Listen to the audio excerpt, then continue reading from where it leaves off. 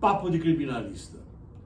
Eu, Mauro Otávio Nassif, e o grande criminalista Mário de Oliveira Filho. E neste momento, eu convoco o Dr. Mário para vir à mesa.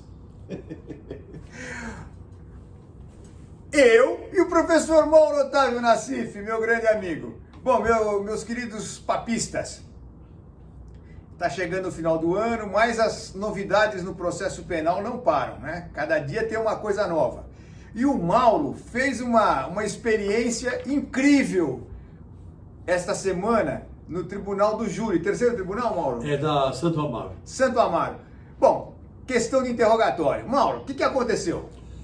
Acontece o seguinte, Mário. Eu estou muito contente porque eu consegui um fato inédito no Brasil. Não é uma das primeiras vezes, é a primeira vez desde Pedro Álvares Cabral. É a primeira vez que isso acontece. Eu estou sendo muito elogiado e eu gosto de elogios, gosto. Eu não mereço, mas eu gosto. Aconteceu o seguinte, em rápidas palavras, porque eu quero ouvir a sua opinião. Aconteceu o seguinte, num certo caso da Vara do Júri aqui de São Paulo, que eu não posso dar o número e nem o nome, porque questão de segredo, etc., mas é fácil encontrar pela internet, pelo Google. Num certo caso, onde morreu um advogado, são 6 réus, e eu defendo um dos réus. Muito bem, estão todos foragidos, todos com prisão preventiva decretada, fundamentada, inclusive o STJ manteve, o Supremo manteve, prisão preventiva bem fundamentada, longamente fundamentada. Muito bem, terminou a instrução das testemunhas e então os réus deveriam ser interrogados para terminar a instrução, para passar para a hora da sentença intermediária de pronúncia, etc. E normalmente já iriam para os autos, para alegações finais. Quando então eu tive a ideia, um certo dia, tive a ideia de que os réus foragidos poderiam ser interrogados por videoconferência. O réu, não a testemunha. Testemunhas já tinham sido. Os réus. E comecei a insistir nisso. No começo foi um escândalo. Isso é um desrespeito. O réu está foragido, etc. Resumindo a história, depois de muito insistir com várias petições, o promotor voltou atrás por causa do Covid. Só do Covid. E voltou atrás por causa da ampla defesa. A juíza também achou que poderia ser, voltou atrás também. E todos os réus entregaram para a juíza o e-mail. Cada réu entregou o seu e-mail, com 2 dias de antecedência, o e-mail.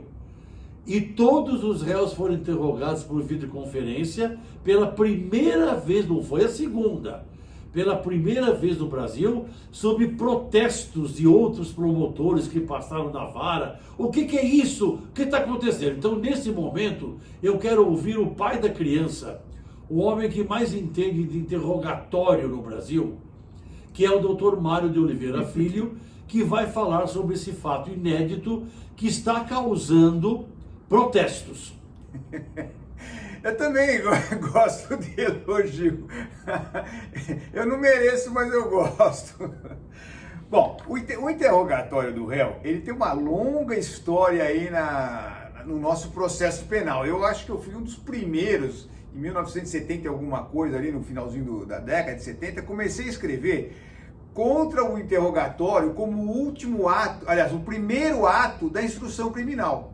Eu achava aquilo um absurdo. Como é que o sujeito abre um processo ouvindo o réu? Não, foi o primeiro. Acho que sim, se não foi o primeiro, foi um deles. Não, eu garanto, foi o primeiro. O réu deve se defender da prova contra ele. O réu inocente e o réu culpado.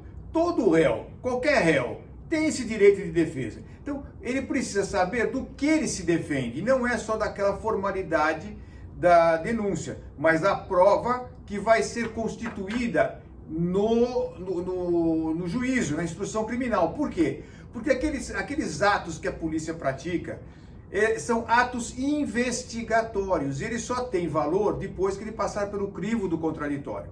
Então é desta prova, que aí sim prova, que o réu vai se defender. Eu achava aquilo um absurdo. E outro absurdo, como era ato privativo do juiz, só o juiz falava, as partes não precisava nem de advogado no interrogatório. Era ato privativo.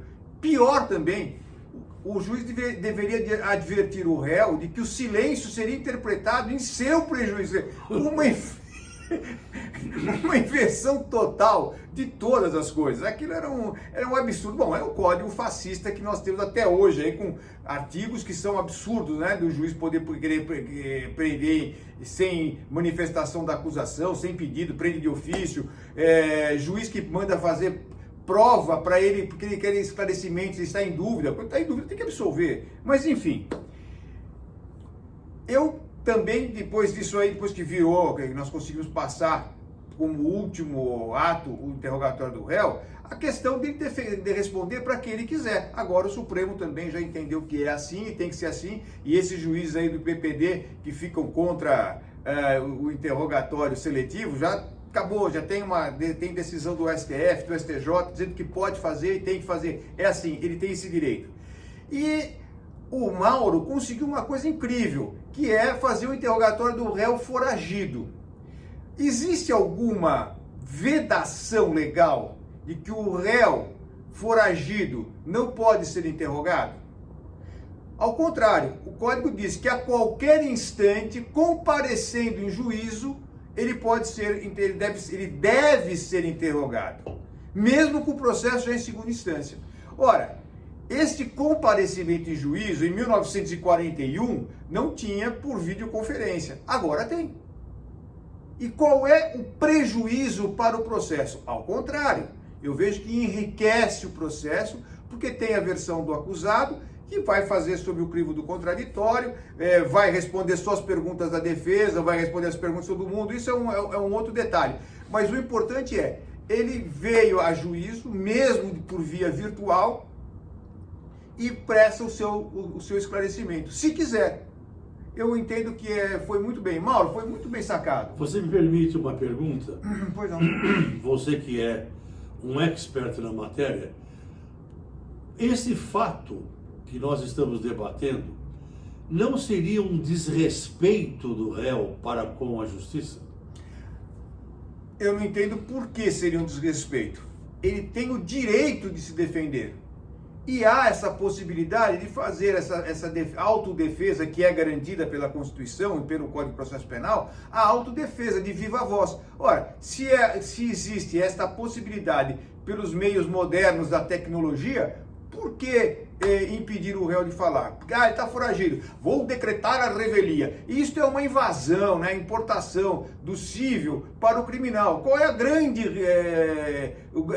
grande consequência da revelia? Ele não será mais notificado dos atos, ponto. E o advogado tem que ser. Marinho, um segundo só, eu quero mais a sua opinião. Porque uma das opiniões contrárias, antes de ter sido concretizado o fato que nós estamos contando, é que mas o réu está decretada a prisão preventiva. Ele que vem aqui. Ele não é obrigado a se apresentar para ser preso.